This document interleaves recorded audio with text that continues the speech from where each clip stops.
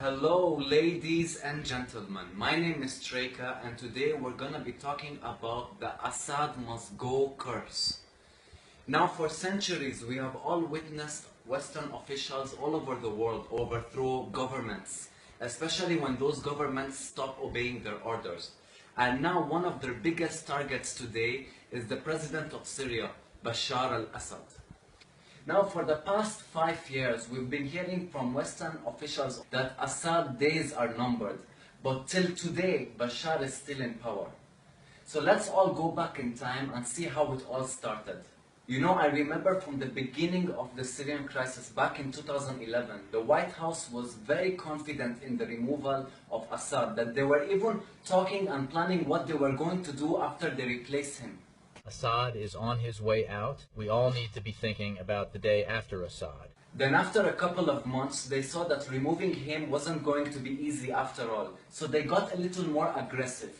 They had a very clear and direct message, and it was, you know what? Assad must go. I would have a very clear message for President Assad, which is it is time for him to go. I am confident that Assad's days are numbered. The world will not waver.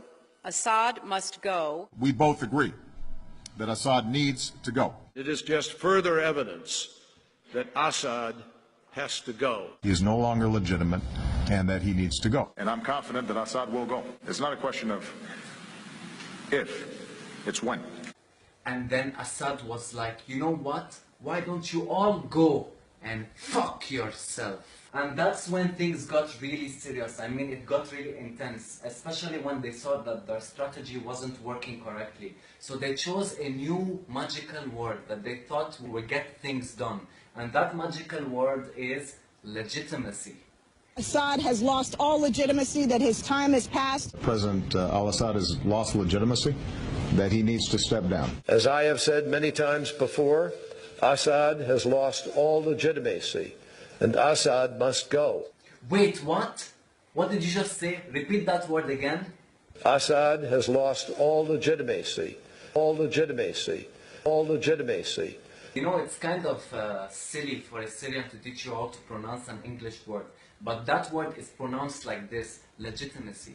Not legitimacy, it's legitimacy. Now take a deep breath and try again. Assad has lost all legitimacy. No. John Kerry, now take a deep breath and try again. That Assad has lost all legitimacy, and cannot conceivably continue to govern. Now guys, even though John Kerry was able to finally pronounce the word correctly, he wasn't able to overthrow Bashar al-Assad from power.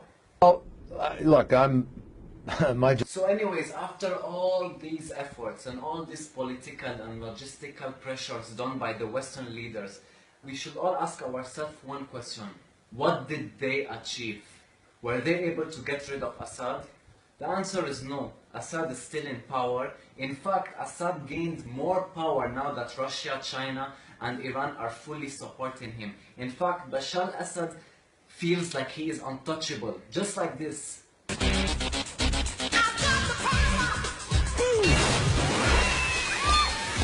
And now that we are almost going to reach to the year 2017, the question we should all be asking ourselves is, what happened to all those leaders that attacked him? And you know, it's kind of astonishing when you think about it. I mean, there have been a raft of world leaders who've simply refused to negotiate with the Syrian president, but they've all lost their jobs now. It's time for Assad to get out of the way. I know many of you are deeply disappointed about the results of the election. I am too. It is time for you to go. I'll tender my resignation as Prime Minister. Political transition to a new government without Bashar Assad. It has been the honor of my life to serve you.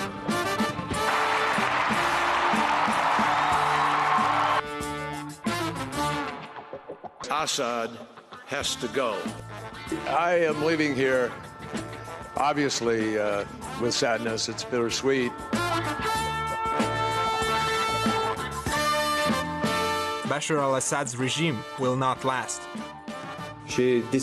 I have decided not to be a candidate in the presidential election.